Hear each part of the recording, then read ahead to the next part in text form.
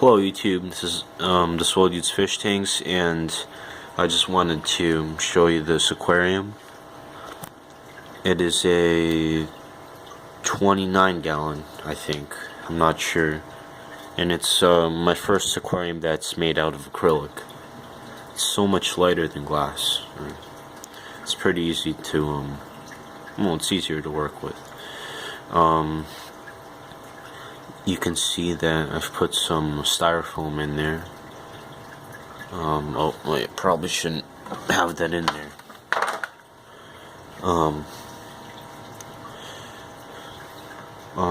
Yeah, so I just bought a big pack of styrofoam from Home Depot, and I cut it up, and I want this to be a paludarium.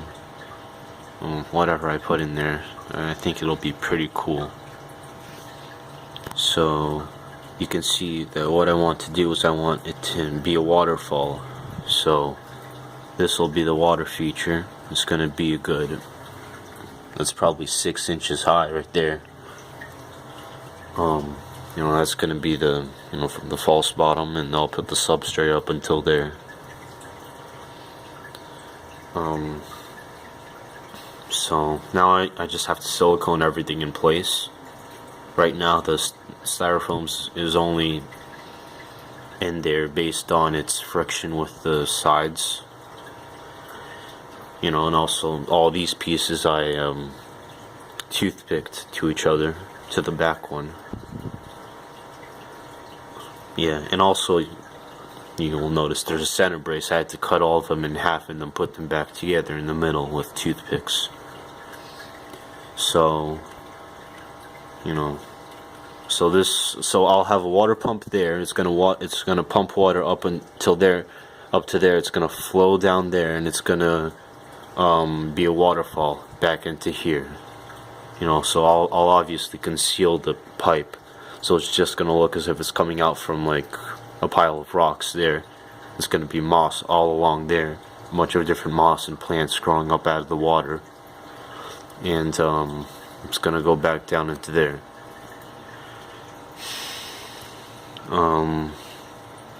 Yeah, I think it's a pretty cool idea. I'm thinking what animal I'll put in here, because I have no clue. I'm just doing this because it's gonna look good with the plants I've got. I got a bunch of different new species of moss and liverwort, and one species of hornwort that I found a few months ago. So that'll be pretty fun. I got a couple of nice plants to put in here onto the dry section and the wet section. I'm planning to have a pothos plant, a big pothos plant growing in the water section, because I recently found out that I can actually grow it underwater. I mean, some of its leaves have to be out of the water, but some can be underwater without wasting away. So that's pretty useful to know.